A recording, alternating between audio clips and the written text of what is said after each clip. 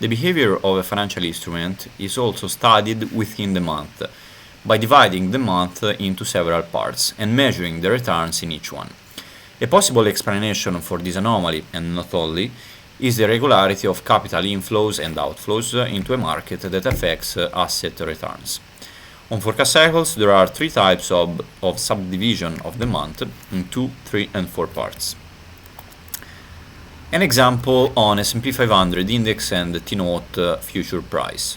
In the table on the right, the returns of the S&P 500 index and the T-note from 1928 to 2021 in different parts of the months are analyzed. You can see here a division of the month in 2 parts and the mean, division of the month in 3 parts and the division of the month in 4 parts. The column for S&P 500 index and the column for Treasury note future. We note that the S&P 500 index performed better in the first part of the month, especially in the very first days of the month, while the returns of T-note were low in the first days of the month, higher in the second part of the month, especially in the second and fourth weeks. We can see that here the return of S&P 500 in the first quarter was 0.45%, versus an average of 0.15%, 3 times more. Instead, in the T-note future, in the second part of the month, the return has been double than the return of the first part. Each financial instrument can have a time frame within a calendar year, for example, from March to June, in which its returns are significantly positive or negative. On forecast cycles, we analyze this anomaly through the seasonality max-min strategy. The strategy is built by taking the most important highs and lows of the detrended seasonality. An example on Apple. On the left, there is the Apple detrended seasonality and the most important high and lows identified by our algorithm. On the right, instead, there is the anomaly card that invests long on Apple from March 9 to May 8th, which is the first green arrow. The week of the year strategy. The calendar year is divided into 52 weeks and the performance in each week is analyzed. Each week of the year consists of 7 days, starting with the week of year number 1. It runs from January 1st to January 7th inclusive. And this strategy has received more attention since researchers Levy and Yagil noticed strange behavior in most of world's stock indices during weeks number 43 and 44. An extract from their research.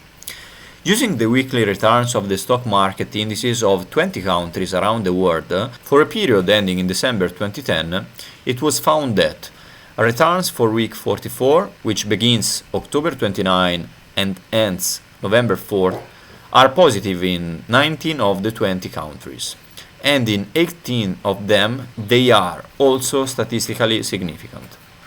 By contrast, week 43 returns, which begins on October 22 to October 28, are negative in 19 of the 20 countries, and statistically significant for most countries. Here backtest on week 44 on S&P 500 from 1928 to 2021. You can see the gross performance in black and the net performance in gray, and below the annual net returns. The Halloween effect. It is maybe the most famous strategy related to seasonality, which is also called sell in May and go away.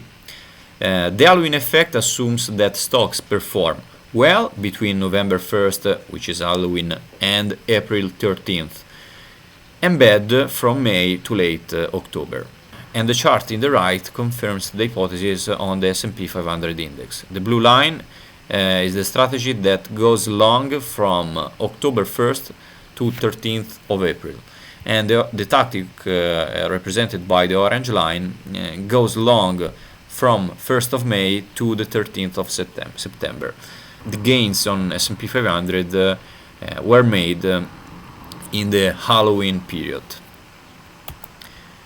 In forecast cycles, there are two strategies related to the Halloween effect. The first one, called HAL, it operates in the Halloween period, and the second one, HAL orders, operates in the opposite period to that of Halloween, which is from May to September. But let's take a deeper look. Both strategies have four variants. For HAL, Halloween period, the entry point can be the first trading day of October or November. Instead, the exit point can be the last trading day of April or May. These two variables creates four variants. For example, Halloween October-April, it enters on 1st October and exits on April 13th. Instead, HAL November-May enters the first trading day of November and exits on May 31st. HAL orders enters at the beginning of May or June and exit at the end of September or October. For example, HAL orders May-October enter first trading day of May, exit on October 21st. Two examples, these two cards are taken from forecast cycles. The first one is on Caterpillar stock. Halloween effect so operates in the Halloween period from November to April. The second one on Genus stock operates in the opposite period of Halloween from June to October.